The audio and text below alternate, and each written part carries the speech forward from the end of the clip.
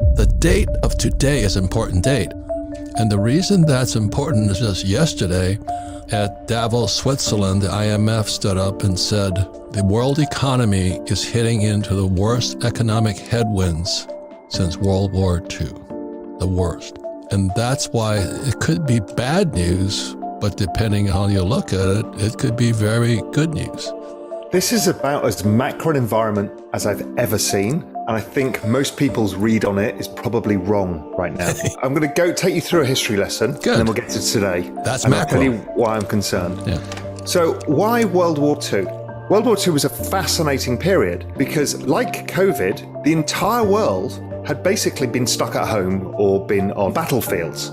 Everyone came back. There was no supply of commodities and goods. Global supply chains were broken, and everybody came back and started consuming again. And guess what? Inflation went up to 13% or something, maybe even higher.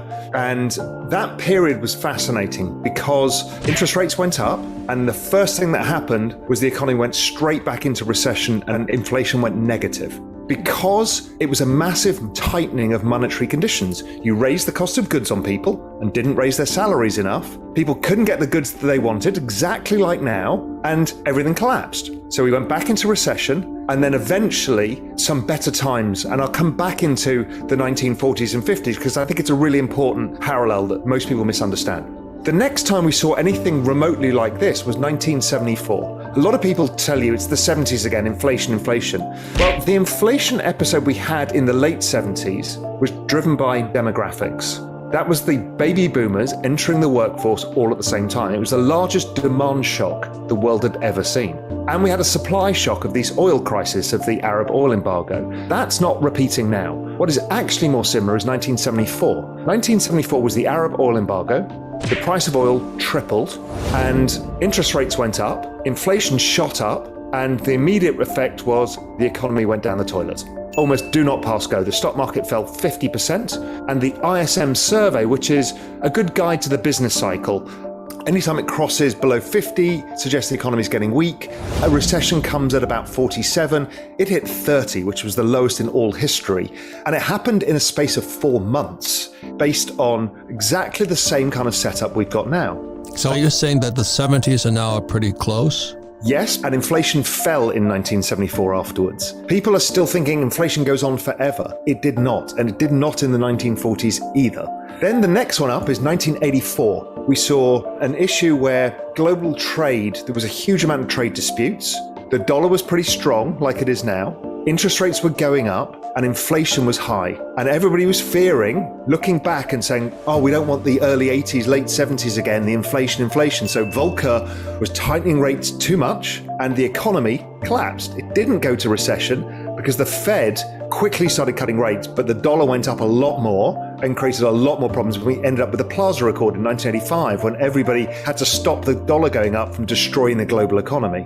So then the next time we see something similar was 2008. If you remember, the oil price was at $147. Inflation was 6%. The Fed had been cutting into that because the economy was imploding.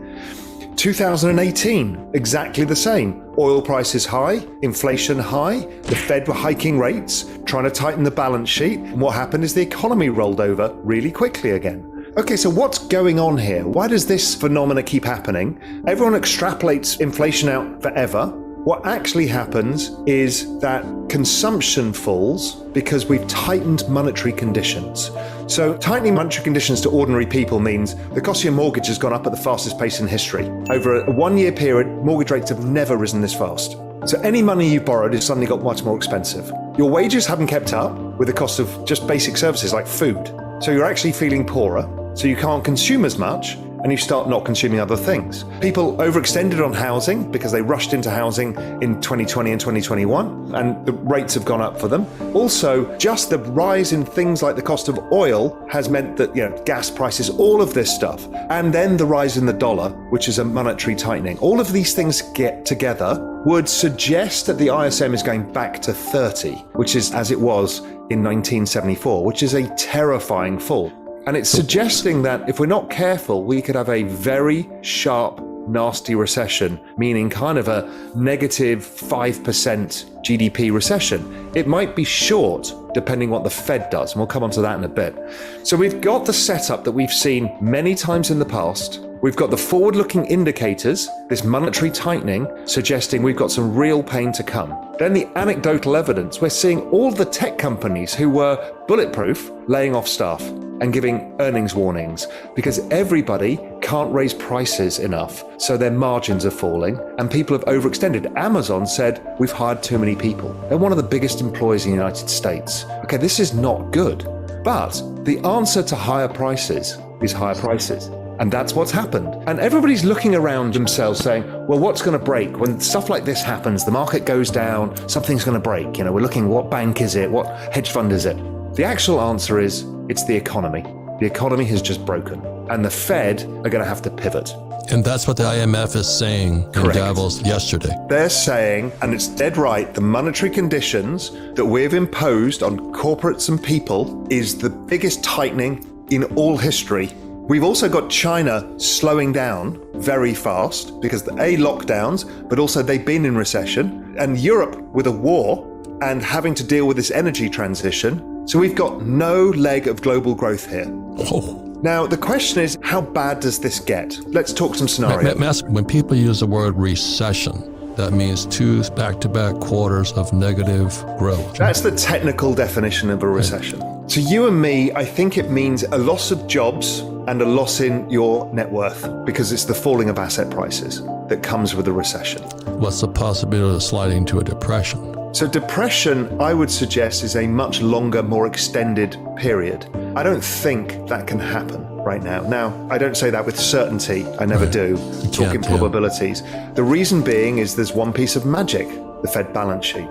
The Fed balance sheet disguises all bad things because what it does is when they print money, it lowers the purchasing power of the dollar. And most of the central banks at the same time do it. And people always think it's going to be inflation is what it leads to. It leads to something much more pernicious and evil, which is the debasement of currency. And what that does, how it manifests itself, is all of these scarce assets, equities, real estate, gold, crypto, go up a lot.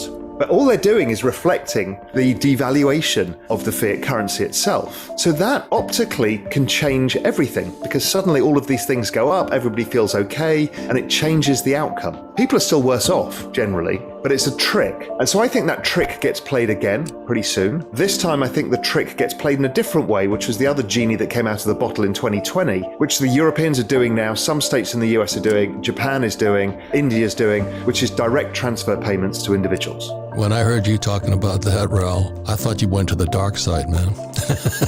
MMT, UBI, and all that stuff, which is to me Marxist. But you're also looking at it from the humanitarian side.